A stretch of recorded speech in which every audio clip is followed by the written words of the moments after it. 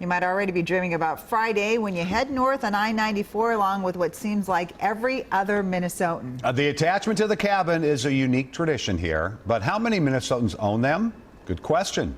Heather Brown does the math and explains how long these getaways stay in families. I remember when I first moved here 12 years ago and someone kindly asked me, "Do you want to come to my parents' cabin this weekend?" And I thought, that's cool. Your parents have a log cabin somewhere in the woods? Oh, so naive. Very quickly, I learned the drive up north starts early on Friday. It's where card games replace phones, and a cabin can be anything from a hunting shack to a mansion.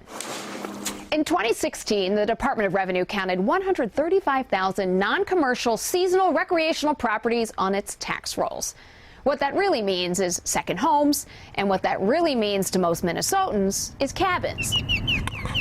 The vast majority of cabins here are homes on lakes. That's according to the Minnesota Lakes and Rivers advocates. About 2/3 of them are winterized to use year-round.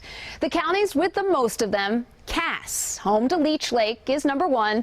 Then Crow Wing, that's where you have Brainerd and Cross Lake and Breezy Point.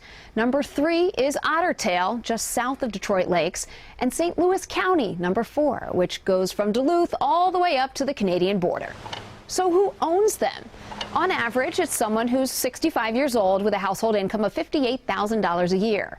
Now, these cabins stay in families. It's 35 years for the same owner on average. That's a really long time.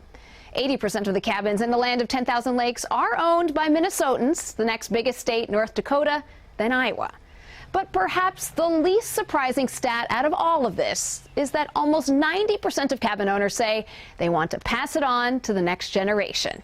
And as the Lakes and Rivers folks like to say, it's an heirloom, not an asset. And for so many Minnesotans, it's an escape. Heather Brown, WCCO 4 News. Makes you want to be up there. Yeah.